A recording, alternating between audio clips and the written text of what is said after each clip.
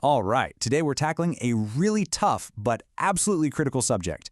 We're going to walk through the mountain of historical evidence for the Holocaust, and at the same time we'll systematically break down the arguments of people who try to deny it ever happened.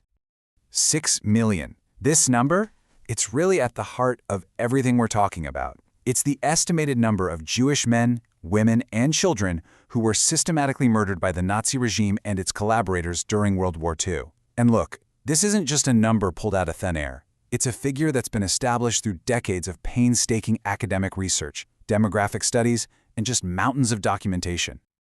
And this is where things get kind of strange.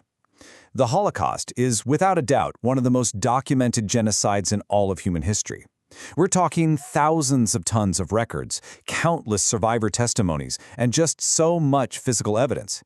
And yet, despite this absolute mountain of proof, there's a very real, very persistent effort to deny it ever happened.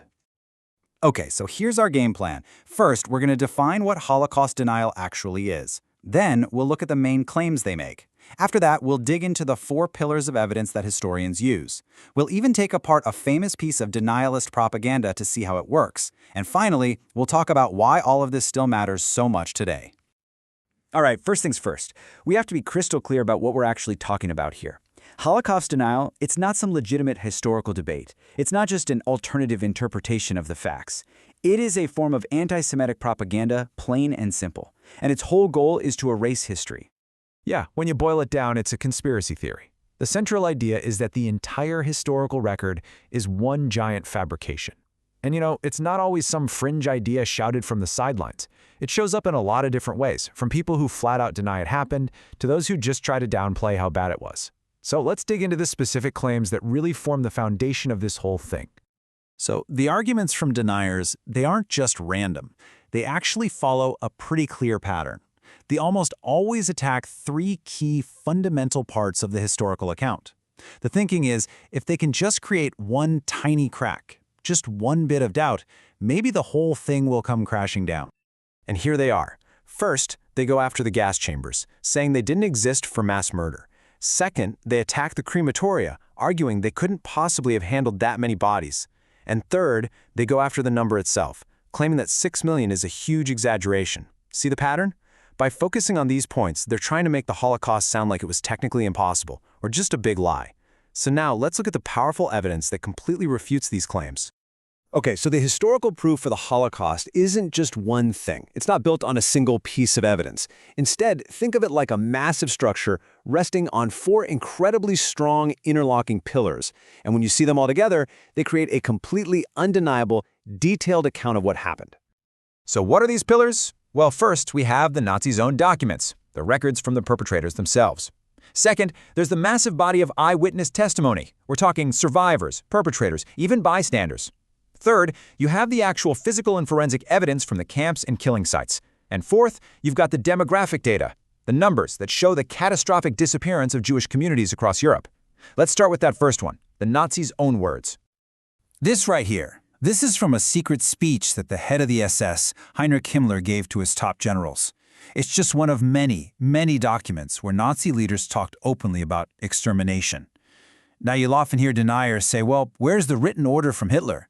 But the thing is, the Nazis tried really hard to destroy the evidence, but they didn't get it all, not by a long shot. Take the Hofli telegram, for example. It's a decrypted Nazi message that spells out in cold detail the murder of over 1.2 million Jews in just 4 camps in 1942 alone. So the second pillar is the human one. It's the testimony of tens of thousands of people who were actually there. You've got archives all over the world just filled with these accounts. The Fortneff archive at Yale, for example, has over 4,400 video testimonies, and that's just one collection. And these aren't just vague stories. They are incredibly detailed, cross-corroborated accounts of the entire process, from persecution all the way to murder. And here's something that's absolutely crucial. This testimony, it doesn't just come from the survivors. It also comes from the perpetrators. This quote is from a man named Oskar Groening. He was an SS guard at Auschwitz, sometimes called the bookkeeper, and late in his life, he decided to speak out publicly, specifically to fight back against Holocaust denial. He and other former SS members described in chilling detail exactly what they saw and what they did. They ended up confirming the very stories of the victims they had once terrorized. Okay, pillar number 3 is the physical stuff, the evidence you can literally go and see and touch today. I mean, the ruins of the camps themselves, like Auschwitz-Birkenau, are still there, preserved as memorials. Thousands of mass graves have been found all across Eastern Europe. Forensic teams have analyzed the ruins of the gas chambers and confirmed details from eyewitnesses, like finding the exact holes in the concrete ceilings where the Zyklon B pellets were dropped in. And then, of course, there are the thousands and thousands of photos and films taken by the Nazis and by the Allied soldiers who liberated the camps. And that brings us to the 4th pillar, the numbers. The demographic data tells its own chilling story. So before the war, in 1939, you had about 9.7 million Jewish people living in Europe. Just a few years later, by 1946, that number had plummeted to around 3.6 million. Think about that. An entire, vibrant world just gone. So you take all 4 of those pillars, the Nazi documents, the eyewitness testimony, the physical evidence, and the population data, and you put them all together, what you get is an undeniable historical fact. It's not really up for debate. But here's the thing. Deniers don't really engage with this evidence. Instead, what they do is create this kind of smokescreen of fake science, of pseudoscience, to try and create confusion and doubt where there shouldn't be any.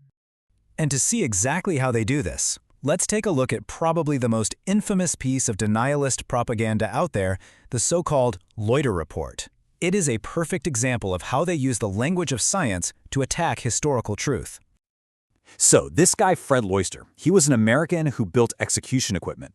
A well-known Holocaust denier actually paid him to go to Auschwitz and come back with forensic proof that the gassings were impossible. Now, his report made all these supposedly scientific claims that, honestly, just completely fall apart as soon as you look at them. Let's just compare 2 of his main claims with the actual documented facts. Okay, so Lichter claimed it would have taken a whole week to air out a gas chamber, which would make the whole process impossible. The reality? Nazi documents and eyewitness testimonies show they had powerful ventilation systems that cleared the rooms in about 20 to 30 minutes. Then, he claimed the crematoria could only burn a tiny number of bodies, basing his numbers on regular civilian crematoria. The reality?